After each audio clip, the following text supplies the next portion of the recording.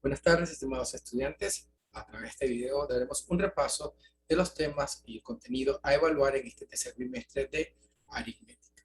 Será de útil ayuda al momento de poder repasar y estudiar para dicho bimestral. Recordar que para el bimestral pueden hacer uso de sus formularios. Así que comencemos. Me permiten un momento para poder compartir pantalla. Recordar que la temática a evaluar será los números primos, máximo común divisor y mínimo común múltiplo, números racionales, incluyendo las operaciones con fracciones. Entonces comencemos. Recordar que los números enteros pueden clasificarse de acuerdo a una característica especial. Estas pueden ser primos, compuestos, primos entre sí, primo entre sí de dos en dos, entre otros. Existen muchas formas de clasificar a los números. Pero de ello vamos a tomar los números primos. Recordar que los números primos son aquellos que presentan únicamente dos divisores. ¿Cuáles? La unidad, es decir, el 1, y el mismo número. Por ejemplo, como podemos ver en la tabla, el 2, el 3, el 5, el 7, etc. Al ser infinitos los números, son infinitos los números primos. Pero para reconocerlos, solo dos divisores, la unidad y ellos mismos. Es importante conocer, primero, que a los números primos también se le conoce como primo absoluto. Además, que el número 2 es el único número primo que es par. También, como bien les indicaba, al existir infinitos números, existen infinitos números primos. Muy importante, les voy a presentar a los 25 primeros números primos que son menores que 100. Esta tabla va a ser de mucha utilidad al momento de realizar nuestros ejercicios. Es importante que la puedan tener y la pueden utilizar al momento de realizar el bimestral. Los números compuestos, al contrario a los números primos, son aquellos que tienen más de dos divisores. Por ejemplo, el 4, que tiene tres divisores, el 6, el 8 y el 10, que tienen cuatro divisores, y el 9, que tiene tres divisores. Recordar que los divisores comienzan en 1 y terminan en el mismo número. Propiedad de los números primos. Todo número primo mayor a 2 es de la forma múltiplo de 4 más 1 o múltiplo de 4 menos 1. Y todo número primo mayor que 3 es de la forma múltiplo de 6 más 1 o múltiplo de 6 menos 1.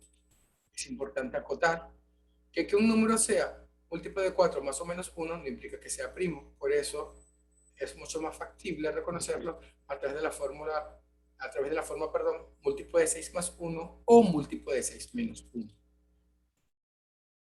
¿Qué son los números primos entre sí o los números pesi? Son aquellos números que poseen como único divisor a la unidad, aunque por separado no sean primos. También se les conoce como los números coprimos. Veamos un ejemplo. Si hallamos los divisores de 8, tenemos que los divisores de 8 son 1, 2, 4 y 8. Recordad que los divisores son aquellos números que dividen o que lo dividen de manera exacta. Los números o los divisores de 25, 1, 5 y 25. Por lo tanto, podemos observar que los únicos divisores en común es el 1. Por lo tanto, decimos que 8 y 25 son pesi. Pero si lo vemos por separado, 8 y 25 son números compuestos. Pero al comparar sus divisores, podemos observar que son números. Propiedad de los números pesi. Muy importante. Dos números consecutivos siempre van a ser pesi. Siempre. Muy importante y nos va a ayudar al momento de hallar el mínimo común múltiplo. Tener esta propiedad muy presente. La unidad, el 1, es pesi con cualquier otro número, ya que el 1 tiene un solo divisor, que es el mismo. Y para todo m que sea mayor que n, y que m y n pertenezcan al conjunto z, y que estos dos números, m y n, sean pesis entre sí, se cumple lo siguiente. Primero, que m y la suma o la resta de los dos números van a ser pesis, o que n y su suma o su resta va a ser igual a s. El teorema fundamental de la aritmética, que nos dice que todo número entero se puede descomponer como un producto de sus factores primos. Es decir, que esta descomposición la conocemos o la hemos estudiado siempre como la descomposición canónica o descomposición de factores primos. Y recordar que era colocar el número, una raya vertical, e irlo descomponiendo, dividiendo entre los números primos. Recordar para ello los criterios de divisibilidad. Si n es un número primo, o un número entero, perdón, y positivo, podemos factorizarlo, descomponerlos en sus factores primos, donde las bases son los números primos y los exponentes son números que pertenecen al conjunto Z positivo, es decir, el conjunto que pertenece a los números enteros y positivos. Es importante conocer, esta fórmula es muy importante, tenganla anotada al momento del bimestral. La cantidad de divisores debe estar pendiente del exponente de las bases de los números primos. ¿Qué voy a hacer para hallar la cantidad de divisores? Simplemente tomo cada exponente, le sumo 1 y los multiplico entre sí. Y la suma de divisores, si tengo, en este caso, la base del exponente, le sumo 1 al exponente, le resto 1 y la base lo resto entre 1. ¿Cuántas veces voy a repetir? Va a depender de la cantidad de factores primos que tenga el número en su descomposición. También es importante conocer que la cantidad de divisores lo podemos hallar con la suma de los divisores simples y los divisores compuestos. Y nos preguntaremos qué son los divisores simples. Son los divisores primos más 1. Y tenemos los divisores propios, que son los divisores, la cantidad de divisores menos 1. El máximo común divisor. El máximo común divisor es el número que dentro de un conjunto de cantidades cumple las siguientes condiciones. Primero, es divisor común de todos los elementos. Y 2, es el mayor de todos los divisores. Vamos a verlo con un ejemplo. Vemos los divisores de 10. 1, 2, 5 y 10. Los divisores de 15. 1, 3, 5 y 15. Voy a encerrar los que se repiten, los que sean común en 10 y 15. 1 y 5. No hay más. ¿Quién es el mayor? El 5.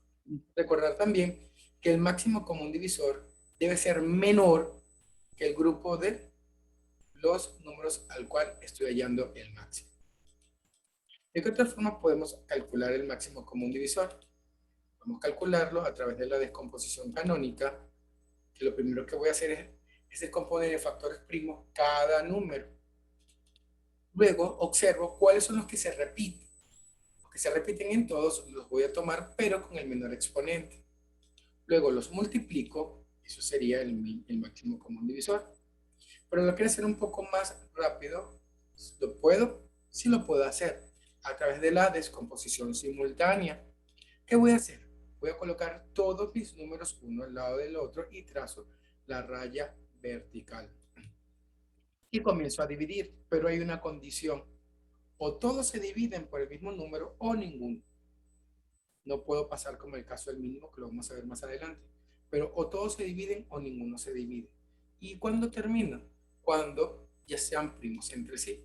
Y los números del lado derecho de la raya será mi máximo común divisor. Por otro lado, tenemos el mínimo común múltiplo. ¿Y qué es el mínimo común múltiplo? Es el que cumple las siguientes condiciones en una serie de grupos.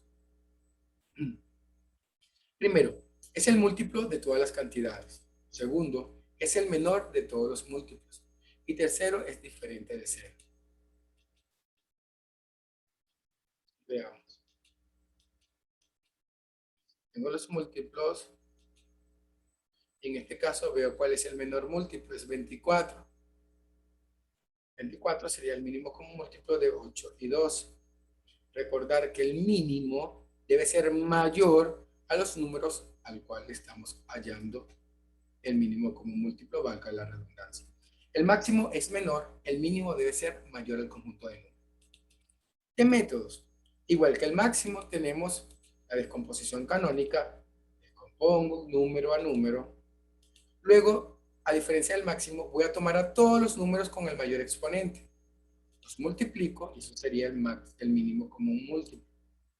Pero no lo quiero hacer uno por uno, lo quiero hacer todos a la vez. Utilizo la descomposición simultánea. Coloco todos los números uno al lado del otro, trazo mi raya vertical y comienzo a dividir, aplicando los criterios de divisibilidad. Aquí al contrario del máximo, que era o todos se dividen o ninguno, si hay uno o dos que no se dividen, los bajo y así voy poco a poco dividiendo hasta que quede del lado del dividendo todos 1. Al final, todos los números que estén del lado derecho de la raya vertical los multiplico y sería el mínimo común múltiplo. Muy importante también para los números enteros, pero también tenemos otro tipo de números, el conjunto de los números racionales o el conjunto Q. ¿Y quién es el conjunto Q? ¿O qué es un número racional? Primero, es la representación de la división de dos números enteros.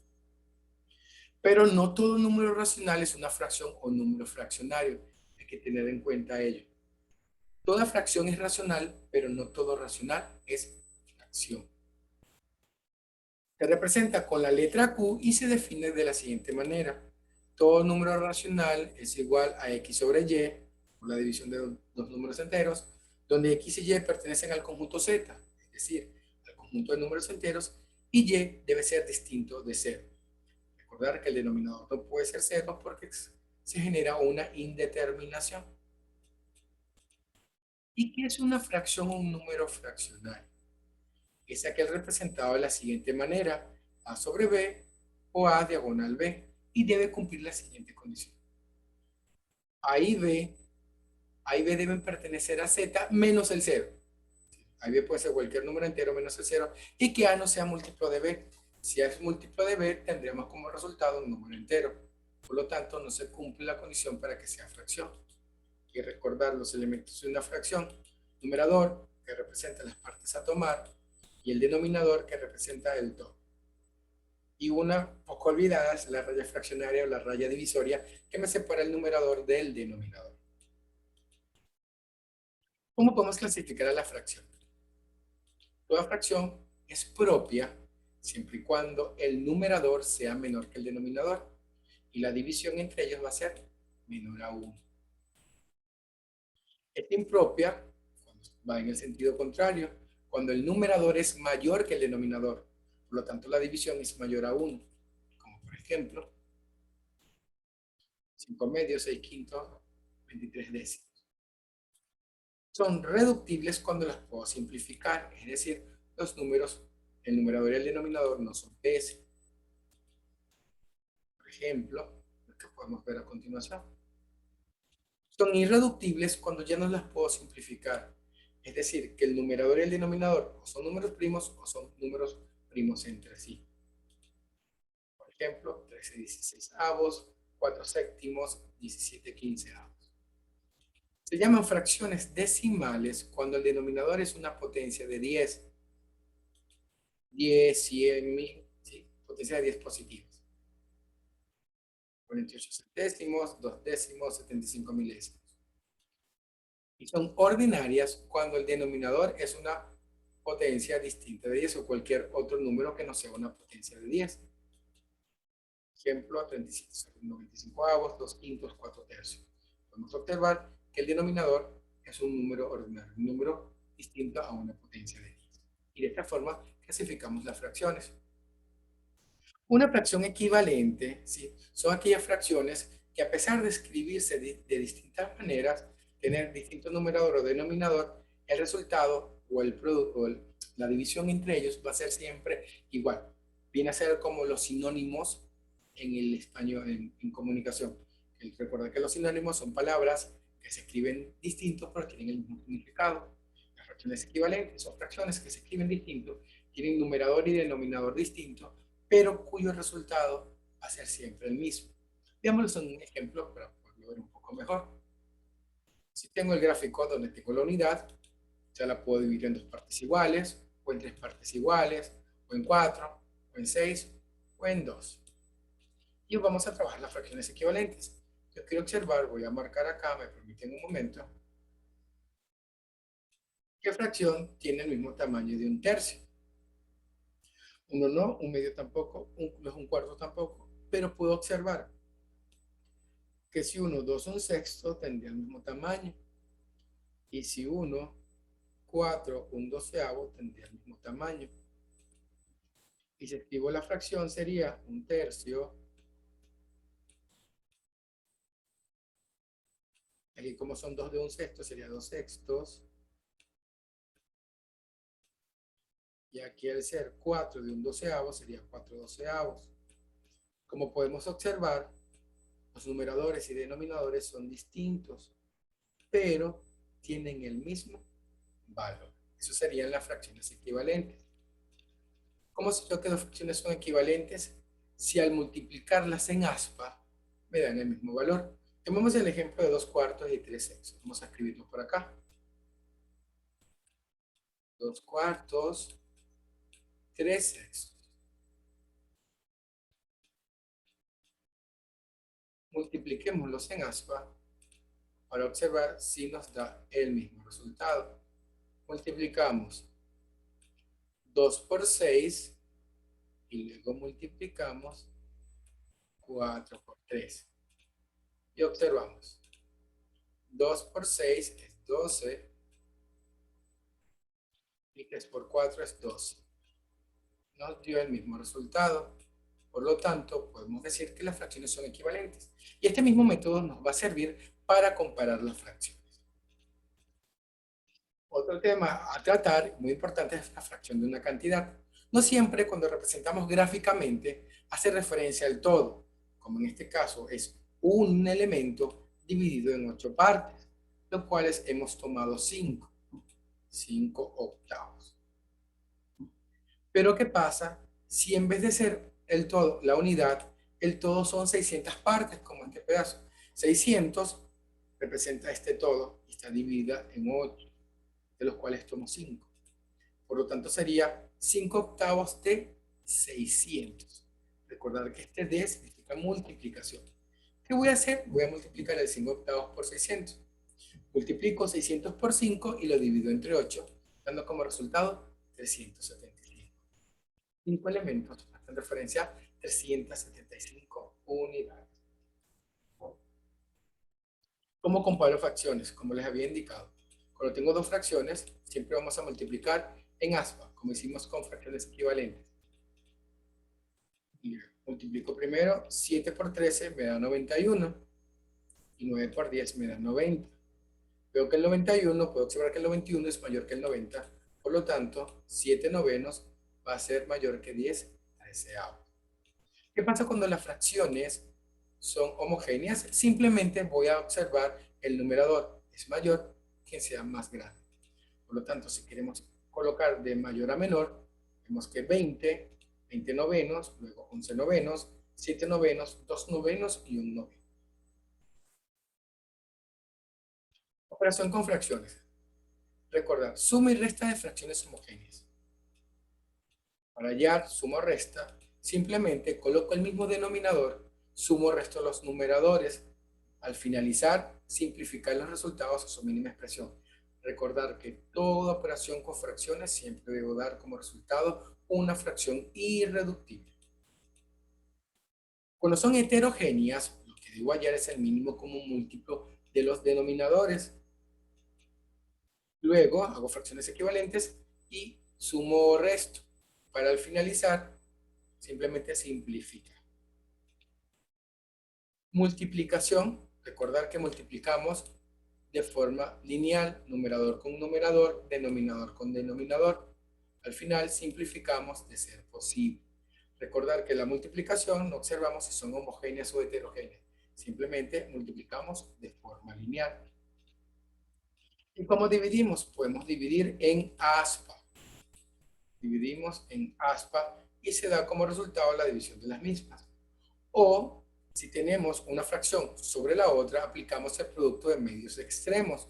Donde los extremos sería el numerador y el medio los denominador, el denominador en este caso. Al final simplificamos de ser posible. ¿Y cómo hacemos potenciación de fracciones? Igual que las potenciaciones de números naturales y números enteros, solo que cambia la base. En vez de tener un número entero, voy a obtener una fracción. Si tengo una fracción elevada a un exponente, va a ser igual que yo al numerador y al denominador lo eleve al mismo exponente. Si tengo potencia de potencia, coloco la misma base y multiplico los exponentes. Recordar que toda base elevada a la 0 da 1, siempre y cuando la base no sea 0. Multiplicación de potencias de igual base. Coloco la misma base, sumo los exponentes. División de potencias de igual base. Coloco la misma base y resto los exponentes. Si tengo multiplicación de fracciones elevado a una potencia, va a ser igual que yo saque o divida las fracciones y las eleve al mismo número. Muy importante las propiedades de las fracciones. Si tengo una fracción que es propia y le sumo al numerador y al denominador el mismo número, ese resultado va a ser mayor que la fracción. Pero si la fracción es impropia y yo lo sumo, el resultado va a ser menor. Si un número multiplica, el mismo número multiplica al numerador y el denominador, se cancelan quedando la misma fracción. Si yo tengo un número que multiplica solamente el numerador, va a ser igual que yo saque la fracción y lo multiplique por ese número. Pero si el número está multiplicando al denominador, va a ser igual que yo extraiga la fracción y lo divida entre el número. Y si A y B y C y D son irreductibles y la sumo, donde B y D son iguales, va a ser igual a un número n que va a ser o que va a pertenecer, en este caso, al conjunto C. Veamos algunos ejercicios, ¿sí?, para poder consolidar la temática que estamos repasando. Primero dice, la conjetura de Goldbach afirma que todo número par mayor que 4 puede representarse como la suma de dos números primos. ¿De cuántos modos puede realizarse esto para el número 50 sin importar el orden de los sumandos? Ok, primero, A y B son primos, uno debe ser mayor que el otro, y A y B es 50. Es decir, el resultado es un número par. Recordar, si dos números primos, el resultado es un número par, quiere decir que los dos son impares. ¿Qué voy a hacer? Armo A y B y me apoyo en mi tabla de números primos. Y comienzo a trabajar qué números me pueden dar 50. Y los dos son impares, por lo tanto, no tomo en cuenta el 2. Es decir, que la suma tiene que ir entre 3 y 47. Y comienzo. Si yo sumo el 3 con el 47, me va a dar 50. ¿Qué otro me puede dar 50? Si yo sumo 7 con 43, me va a dar también 50. ¿Qué otra opción me puede dar 50? Si yo sumo 13 con 37, me puede dar 50. Y hay una opción más. ¿Cuál sería? En este caso es 19 con 31. Al sumar 19 con 31, también me da 50. De esta forma podemos observar que tenemos 4 modos o 4 maneras para que dos números primos sumados me den 50. Veamos otro ejercicio. Dice, el número de fracciones equivalentes a 87 sobre 203, cuyo producto de sus términos sea de 4 cifras. Primero voy a observar la fracción. Veo que es una fracción reductible. Recordar siempre, las fracciones deben ser irreductibles. La reduzco y quedaría 3 séptimos. Si hallamos el máximo, me daría 3 séptimos. Ahora, ¿qué me dice? Que el producto de sus términos, es decir, el producto del numerador con el denominador, debe ser un número de 4 cifras. Entonces, si yo multiplico, debe ser un número de 4 cifras. ¿Dónde comienzan los números de 4 cifras? En el número 1000. ¿Y dónde terminan? En el 9999. Y resuelvo. 3 por 7, 21. K por K, K cuadrado. 21 que está multiplicando pasa a ambos lados a dividir, dando aproximadamente 47,61 y 476,14. Acá tengo dos opciones. La primera opción sería redondear a que el 4761 y el 476 con 14 se conviertan en números enteros, o puedo hallar la raíz cuadrada de ambos números decimales. Cualquier método que escojamos nos va a dar el mismo resultado. escogí para este MEP, para esta resolución, el caso de redondear hasta convertirlos en números enteros. 47,6, como el 6 es mayor que 5, pasa a ser 48. 476,14, al ser 1 menor que 5, se que mantiene el número. Quedando 48 menor o igual que k cuadrado menor o igual a 476.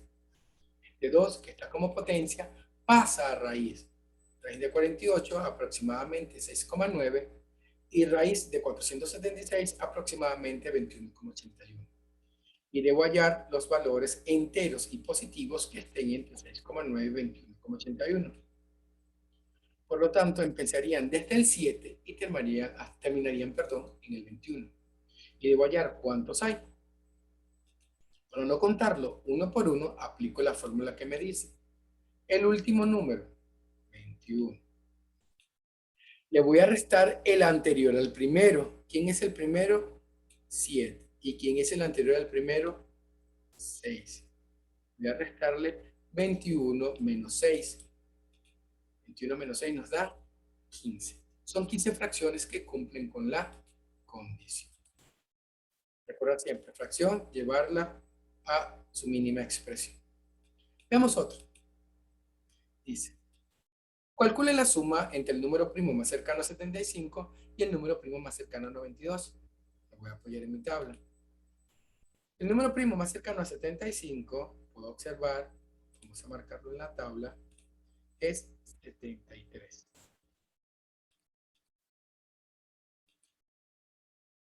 Y hay ahora el número primo más cercano a 92. El más cercano a 92 es 89. Y ahora, ¿qué voy a realizar? Los voy a sumar.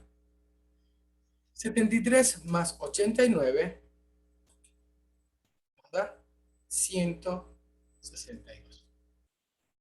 Este sería el resultado.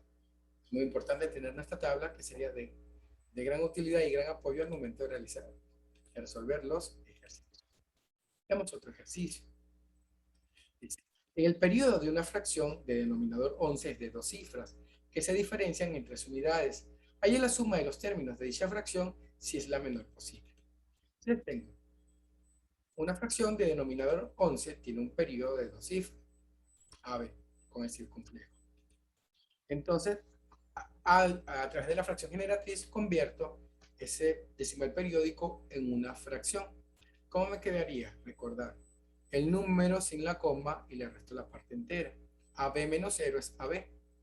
Y en el denominador, tantos 9 como decimales estén debajo del arco o del circunflejo. Como tengo 2, 99. Y despejo AB. 99 que divide pasa a multiplicar. 99 entre 11 es 9, 9 por n. Por lo tanto, AB sería múltiplo de 9. Aquí puedo acotar que A más B va a ser 9. Y me dicen también que se diferencian en 3 unidades. Entonces tengo que B menos A es igual a 3. Y puedo aplicar acá un sistema de ecuaciones. Digo, A que suma con A que resta, se me cancelan y me quedaría 2B es igual a 12. Por lo tanto, B sería 6. ¿Puedo hallar A? Sí, hallo A. ¿Quién es A? Lo puedo sustituir en cualquiera de las dos. Sustituyámoslo en la primera. Este B que está sumando pasa a restar. Y 9 menos 6 nos da 3.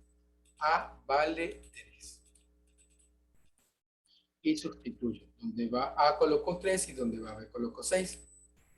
Y hallo el valor de n, porque me piden la suma del numerador más el denominador. Este 11 que está dividiendo pasa a multiplicar. 36 por 11 entre 99 nos daría 4. Ahora hallo la suma. 4 más 11 nos da 15. Recordar, en este caso, la fracción generatriz. Veamos otro ejercicio. Dice, haya una fracción equivalente a 1050 sobre 1750, sabiendo que la suma de sus términos al cuadrado es 64. Da como respuesta el producto de sus términos. Tenemos una fracción debemos ver si es reductible o irreductible. Vamos a observar que es reductible. Tenemos el máximo, 350, y nos daría 3 quintos. Sería 3K sobre 5K. Y me dice que la suma de sus términos, la suma de los dos elevado al cuadrado, nos da 64.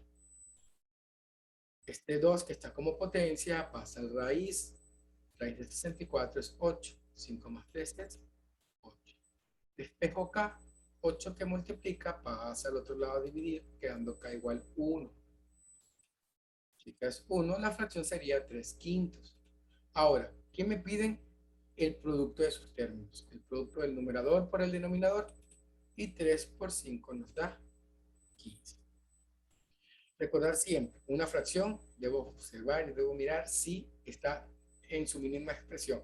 Si no, debo hacerla irreductible. Veamos otro, dice.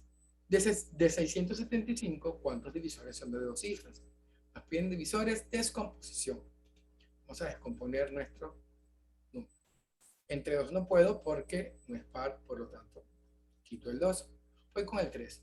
La regla dice la suma de sus cifras, múltiplo de 3. 6, 7, 13 y 5, 18, si es múltiplo de 3.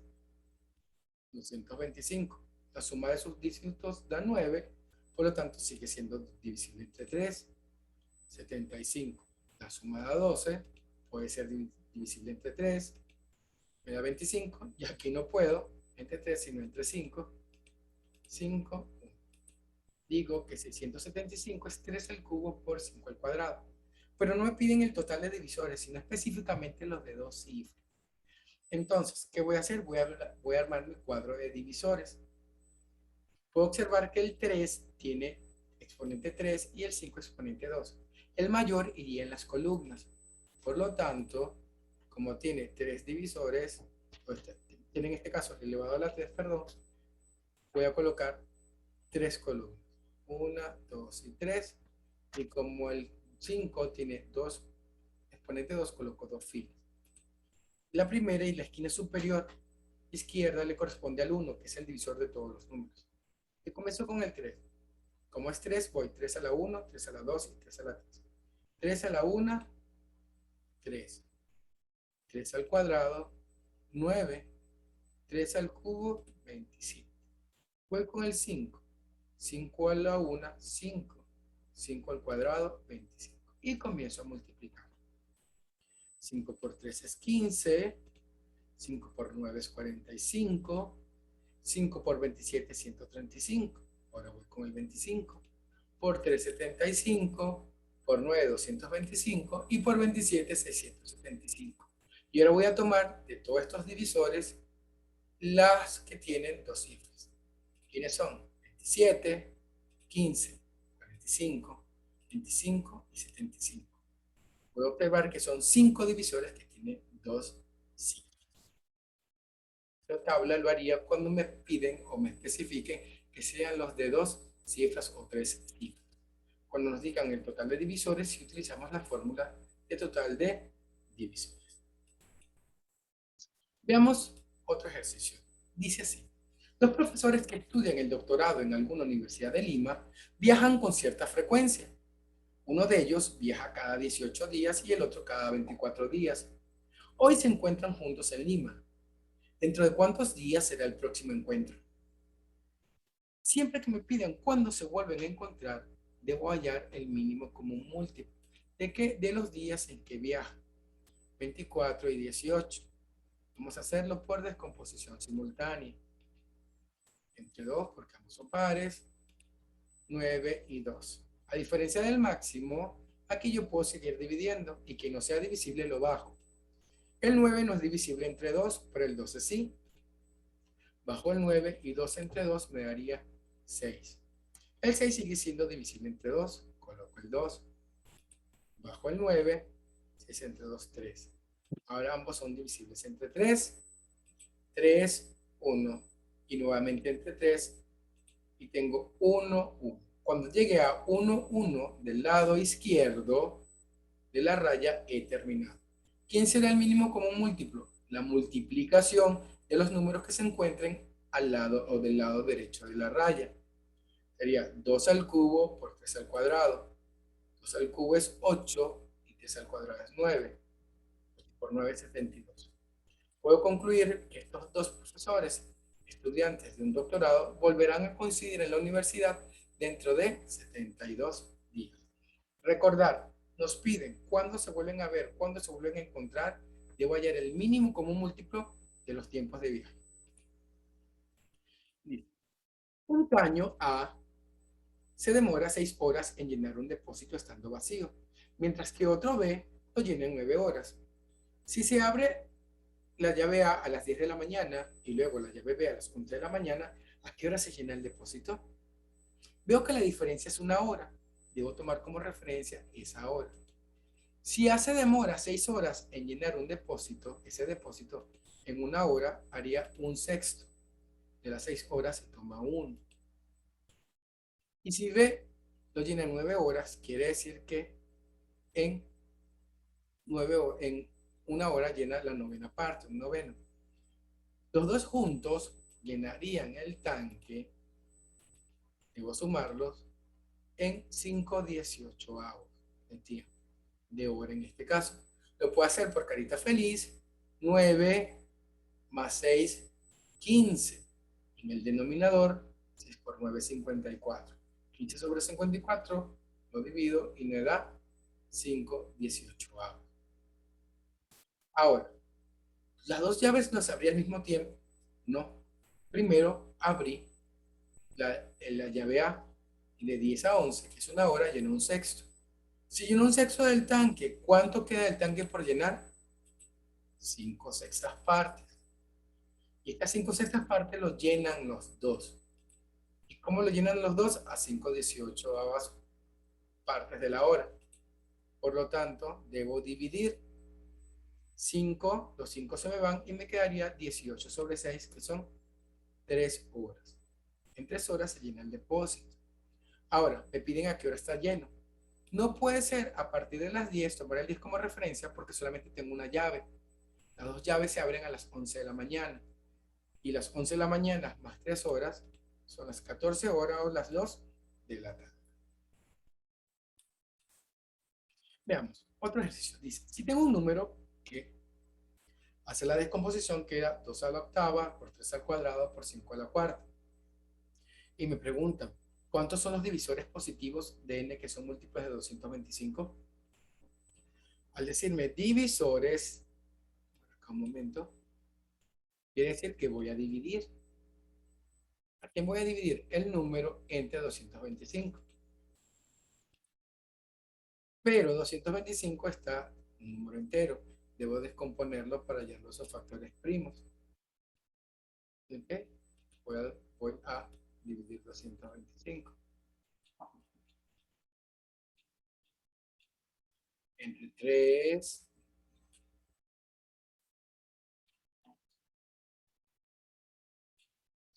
entre 3,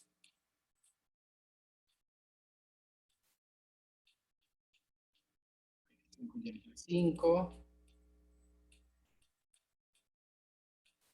5, 1. Terminé. Quiere decir que 225 es 3 al cuadrado por 5 al cuadrado y lo sustituyo. Y tengo división de potencias de igual base. Los 3 se me cancelan. Tienen 2 menos 2 es 0 y 4 menos 2 es 2. Recordar, división de potencias de igual base. Coloco la misma base y resto los exponentes. Y a este número le voy a hallar la cantidad de divisores a través de la fórmula. ¿Quién es A? El exponente del 2, 8. ¿Y quién es B? El exponente del 5, 2. 8 más 1 por 2 más 1. 8 más 1 es 9 y 2 más 1 es 3. Y 9 por 3, 27. Son 27 divisores positivos de n que son múltiplos de 225. Recordar, hacer bien la descomposición en factores primos para poder obtener el resultado de manera más segura. Veamos el siguiente. Se tienen diferentes tipos de máquinas para hacer un trabajo. Se parece al de los caños. Con 9 máquinas tipo A se hace el trabajo en 4 días. Con 5 de B se hace en 6. Y con 6 máquinas de tipo C se hace el trabajo en 12 horas. Si se usan todas las máquinas a la vez, ¿en cuántos días se termina el trabajo? En un día, que me preguntan cuántos días voy por día. La máquina A sería un cuarto. En un día hace la cuarta parte. La máquina B sería un sexto de los 6 días en uno. Y la máquina C un doceavo. Ahora, ¿qué voy a hacer? Voy a sumarlos para ver cuántos hacen todas. Hallo el mínimo, en este caso es 12. 12 entre 4, 3, por una 3, más 12 entre 6, 2, por una 2, más 2 entre 12, 1, por una 1. Y sumo 3 más 2, 5, más 1, 6. Esto me da 6 doceavos. Lo que hago es también reducirlo. A sexta me da un medio.